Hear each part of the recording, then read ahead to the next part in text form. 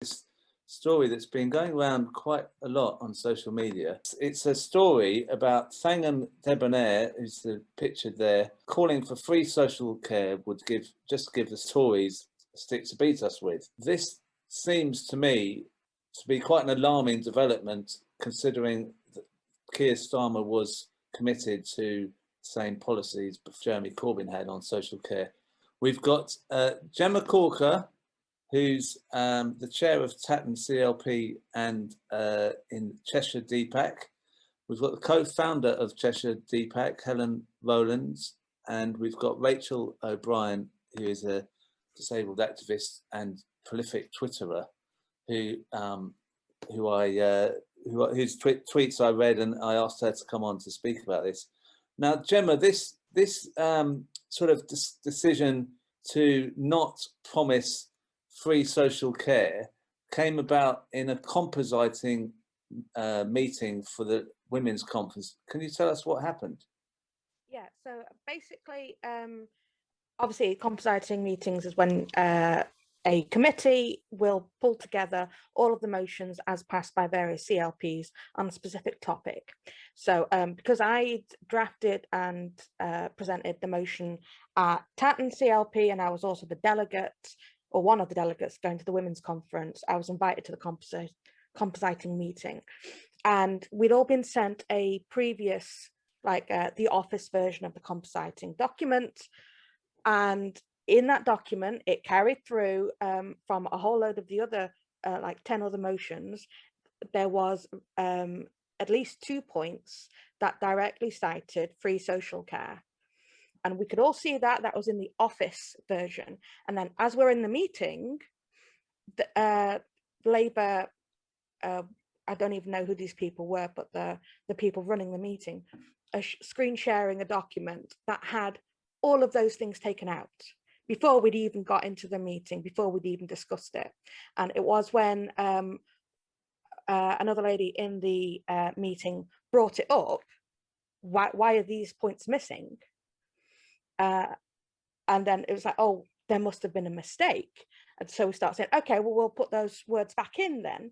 And then Thangam Debbonaire jumps in to say, we really shouldn't do that.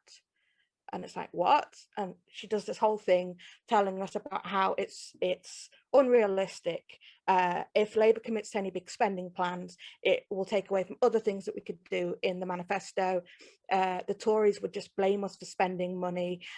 It would be, she started off saying it was 5 billion for personal care, but then by the end of it, she said it was 20 billion for free social care for everybody. And by the end of it, she was saying it was like 10 billion, 100, I don't even know exactly.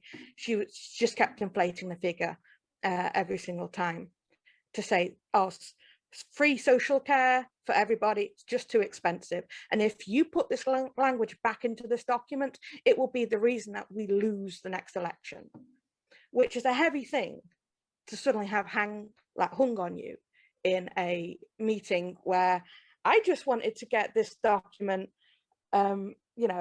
wanted to get it presented to the Women's Conference, because I, as a disabled woman and a disabled activist, it's really super important to me and loads of other disabled people's organisations.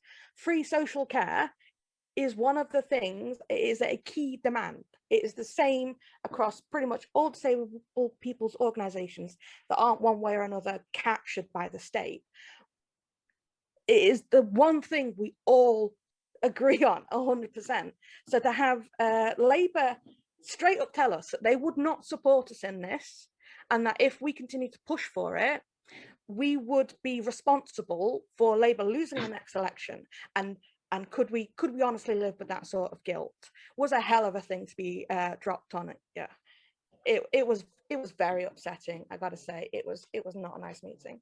Well, can I come back to you, because you actually did speak about the motion that was composited. So if we could come back to you on that. I just wanted to get Helen. You contacted me to tell me about the response to what had been done in that meeting and what Thangam said.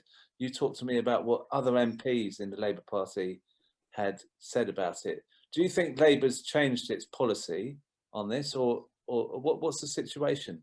No, they haven't changed their policy at all. The 2019 manifesto commitment was a commitment to free personal care. That's as far as it went. Now, subsequently, it's very, very important that members of the Labour Party, disabled members, allies of disabled people understand this. Keir Starmer backed, in 2020, when he was running for the leadership, Keir Starmer came out publicly and backed a motion which was put together by Disabled People Against Cuts, which is Gemma and my organisation, and also Reclaiming Our Futures Alliance, which is Rachel O'Brien's organisation.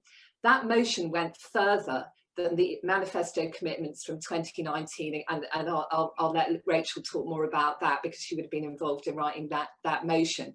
But that's very critical. Keir Starmer went beyond the 2019 free personal care commitment when he was running as leader. So disabled people's organisations, since he became leader, have been trying to get him to recommit publicly to that position, and we've failed to do that.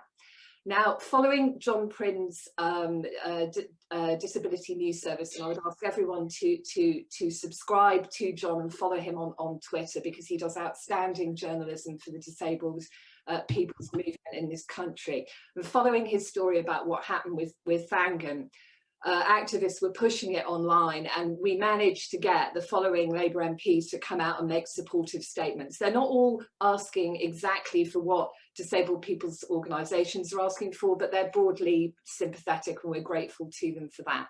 So it's John, it won't surprise anyone on this meeting who it is. It's John McDonnell, Lloyd Russell Moyle, Richard Burgeon, Paula Barker, Kate Osborne, John Trickett, Zara Sultana, Ian Byrne, Kim Johnson, Rachel Maskell, Claudia Webb, and a couple of others retweeted. So who was it now? Nav Mishra retweeted. Now, somebody whose silence is highly notable is Angela Rayner, who, as many of you will know, was an organiser within the care sector for Unison before she entered Parliament. So we'd be grateful for Angela's views on what Thangam had to say. And we're pushing very hard for the Labour Party to come out and make very clear to us what Starmer's position is and what the party's position is. That's what we're trying to do. So it's kind of vague. We don't really know. It's just she made a statement, but we haven't had them say, no, that's not what Labour's line is. That they haven't. So Labour have slightly backtracked on what Thangam said. Sienna Rogers from Labour List got a response from the Labour Party and tweeted it. Labour have recommitted their commitment to the 2019 manifesto of the National Care Service. It's just the leadership pledge, another one that Starmer has dropped, which went further than the 2019 manifesto, because quite frankly, the National Care Service is shockingly bad as a proposal. Yeah, like Labour have made it clear where they stand now. They've like clarified, but frankly, it's not good enough, and they're going to lose more and more disabled people support as a result. Yeah, and you made a point in your Twitter feed that that the Labour Party is not listening to disabled activists in drawing up policy. They're listening to experts or so-called experts on disability. Is that right?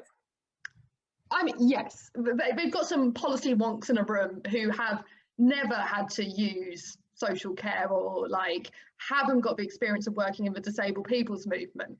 And you can see this in how policies are drawn up. So, for example, the National Care Service, whilst a lot of the principles of it, like we agree with and actually match with our proposals of a National Independent Living Service, such as free at the point of use, a universal service funded through general taxation, good terms and conditions for workers, things like that, we all agree with, and that's baked into our vision as well. What it really misses is the fact that disabled people have to use this service. And like disabled people have lives to lead and aspirations of their own. The National Care Service only promised free personal care to over 65s. Now, first of all, half of all social care users are working age disabled people. And that would actually probably be even more if we took into account unmet need. So people whose needs not actually being met by the current social care system. So like just doing over 65s actually misses the vast majority of people that would need to use a service. It's not universal in any sense of the word. Furthermore, personal care is not the same as social care. So personal care means someone will get you out of bed, they'll get you dressed, they'll take you to the toilet, and they'll stick a ready meal in the microwave for you. That's what personal care includes. It doesn't even extend to helping someone do their laundry or clean their house, let alone anything someone might want to do outside of their house. So basically, it institutionalizes disabled people, it imprisons disabled people within their own homes or within a residential institution. Like, frankly, this is not good enough. And I think it was really surprising to see this from John McDonnell and the refusal to budge from it, because so much of John McDonnell's policy proposals were hugely participatory. It was all about people being able to influence and democratically control their own local public services.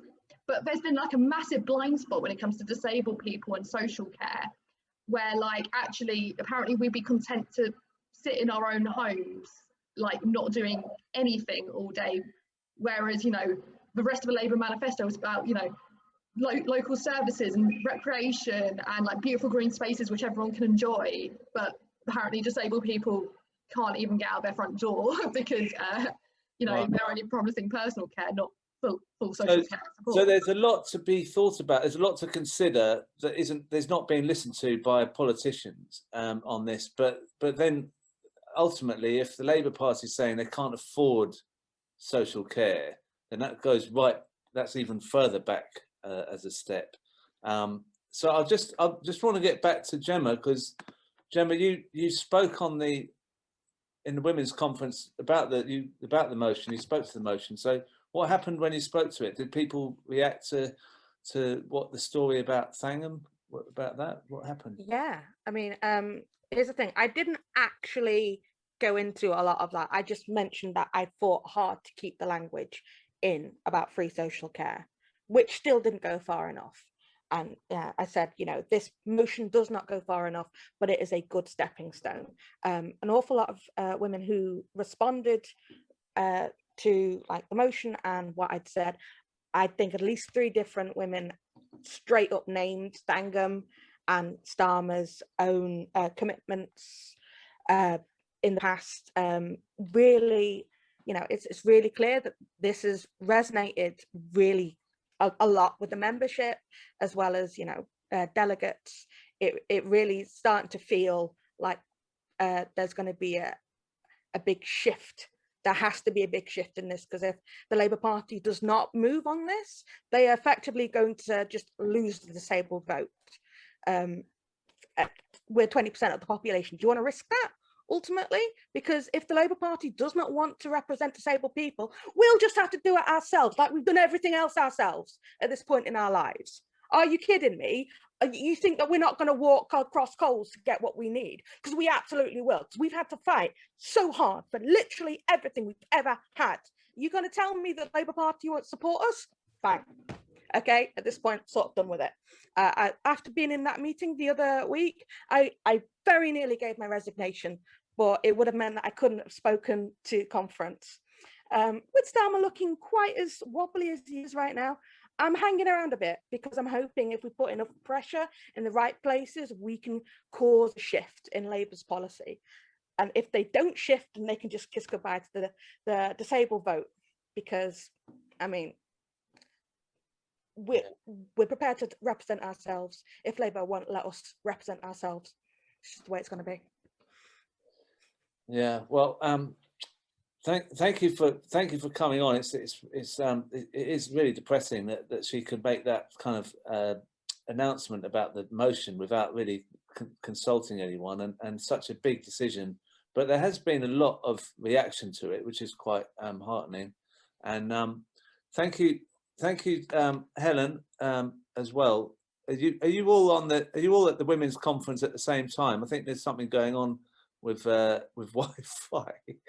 I wasn't at women's conference. I resigned from the Labour Party in February in protest at cuts to disabled people's services and social care by Cheshire West and Chester Council, which is Labour run. But one thing that I just wanted to say, Kristen, is that we need all the support of all the Labour members that we can get, and Inclusion London are hosting on their website a set of resources for social care campaigners. It's got links to campaign videos that we've done. We're doing a petition. We are doing we've got a template letter to send to Sajid Javid. So please, can people visit Inclusion London's site and do what they can to get behind us. Thank you. Well, could you put that in the put that in the chat? I'll put it in. Thank you, and thank you, Rachel. Keep doing the tweets. They're not long. They're not really long. They're good. Thank you, and thank you, Gemma, and good luck with the conference. And we've got more about the women's conference coming up. Now, I wanted to actually move a bit further into this issue of Labour talking about cuts or what we can afford. I want to show this clip from the Politics Live, whatever it's called, this week. I think we have a huge generational time bomb financially in this country. We have some pensioners who are becoming increasingly well, increasingly asset rich, while we have younger people unable to get onto the property ladder because of increasing property prices, who are not earning the money, who don't have the pensions that those of us who are older are fortunate to have. And at some point we've got to have a reckoning about that generational issue, which is why I think we need to have a look at the triple lock. I know that's hard politically. I know that's going to be difficult. Right, so it's not only Thangam Debbonaire talking about social care, but there we had Siobhan McDonough talking about pensions, a state pension, and it sounds like she's suggesting a means testing of the state pension. Are you there, Andrew Fisher? Yeah, hi Crispin, how are you doing? Good to see you. Thanks for coming on. Now, those two stories are not. They're only spokespeople saying this particular issue or that particular issue. Thangam's not speaking on behalf of the party. It just seems do you think they're testing the water on Labour being a kind of able to take cuts and talk about cuts? I think there's two separate things. We ought to, I mean, look, Thangam Debbonaire is in the shadow cabinet, so she is speaking for the Labour Party when she speaks. And when she's there at Women's Conference, she's there because she's a shadow cabinet member. That's why she's in the room, to put the shadow cabinet, the opposition view.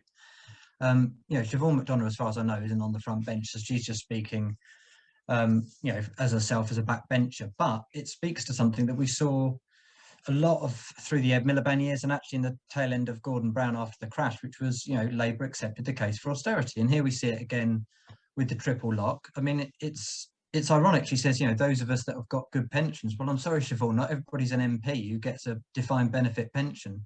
A lot of older people haven't got that, and especially a lot of people that are retiring now never had defined benefit pension schemes. They all collapsed in the 80s and 90s by and large, especially in the private sector. A lot of people retiring now are in poverty, and pensioner poverty in this country is going up. The idea we should cut the triple lock is a terrible idea. We have one of the least generous pension systems in the whole of Europe. In Ireland, the Netherlands, Germany, France, it's more generous. You know, it's gone up in recent years because of the triple lock, but it's still way behind where it should be. And I think this sort of, you know, oh, they all own, you know, loads of houses, they're asset rich, they're all well off on good pensions. That's just not true of many, many pensioners. 30% of single women pensioners in this country live in poverty. You know, there's 2 million pensioners in poverty overall. You know, it's a really just stupid thing, and hopefully that doesn't reflect front bench policy. I mean, I haven't heard anybody contradict it. I haven't heard anybody reinforce a defence of the triple lock, because it's very much under discussion at the moment.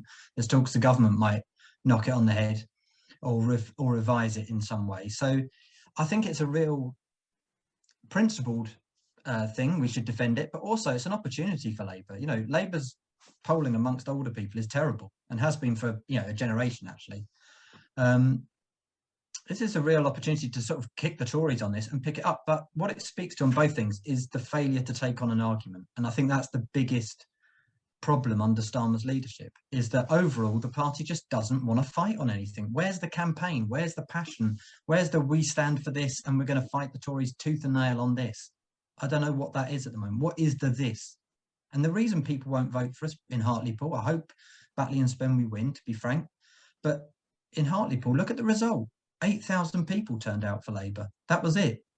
In a constituency we'd won for generations, 15,000 turned out in 2019, and that was a terrible year for us. You know, the reason people aren't voting for us, and the council elections told the same story, is because they're not sure what we stand for. They're not sure what we're passionate about. They're not sure what we do if we're in government. So why would you vote for somebody if you're not sure about them? And we're not giving them anything to be sure about. So I think that's the biggest kind of issue that links it. But for Thangam Debbonaire to say, oh, it'll give the Tories a stick to beat us with, it's a stick for us to beat them with. Why won't you back a national care service? Why is it you're prepared to let 1.5 million people with unmet care needs not get care? Why is it you've cut £8 billion from social care budgets over the last 10 years? You know, why is it that disabled people and people with learning disabilities have been at the forefront of dying in the pandemic? You know, that's because of the neglect over generations through the social care system. And until that's rectified, that's not going to, you know, that's going to continue. And this sort of neglect of people, because, oh no, we can't do that, it costs a lot of money. Well, lots of things cost a lot of money.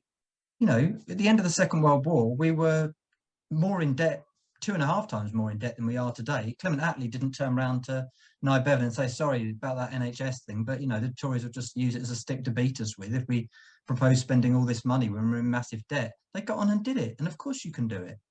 You know, it's nonsense to say the money's not there. The money's always there. When there's a war on, the money's there. When there's a pandemic, the money's there. When there's, you know, a royal yacht to be built, the money's there. You can find the money if you need to, you know, and that's the reality. You've just got to build a more productive economy. We've got to do that. There's a wider point there as well. But the pandemic's shown what's possible, actually, when we put our minds to it. You know, the fact the Tories have put on the furlough scheme cost tens of billions of pounds, the business support tens of billions of pounds, it can be found overnight.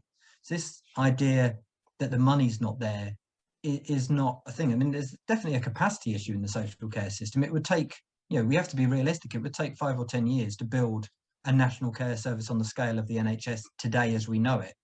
And of course, you know, the NHS, when it was first founded, built on an infrastructure that was partly already there. The National Care Service would be building that pretty much from scratch in a sense, because it's been so privatised, so fragmented over a generation, that trying to put that together would take a long time and a lot of, not just money, but a lot of resource, recruitment, and new systems in place as well. So it's possible and it can be done, but it would take, you know, probably a couple of terms to get it fully operational. Yeah. Well, what you say is right. They're not having an argument. They're not presenting an argument. So they're just saying we can't say anything. It's just it's so depressing and sad to see the Labour Party like that. Yeah. But I agree, and it was heartbreaking listening to Gemma saying, you know, oh, they're telling us we'll lose the next election. Well, look at the polling. You're 14 points behind. You ain't winning the next election anyway. You know, you're certainly not going on the right path at the moment, frankly. You know, we're doing worse than we did at the 2019 election. We were 11 points behind at the 2019 election. That was bad enough. We're 14 points behind on the last 2 polls. You know, get some perspective. I mean, you know, we should be, you know, just hitting back a little bit at these shadow cabinet members. You know, it's not like they've got all the answers and we're the people doing them damage. It's the other way around. We've got the answers and they're the ones not doing their job, frankly.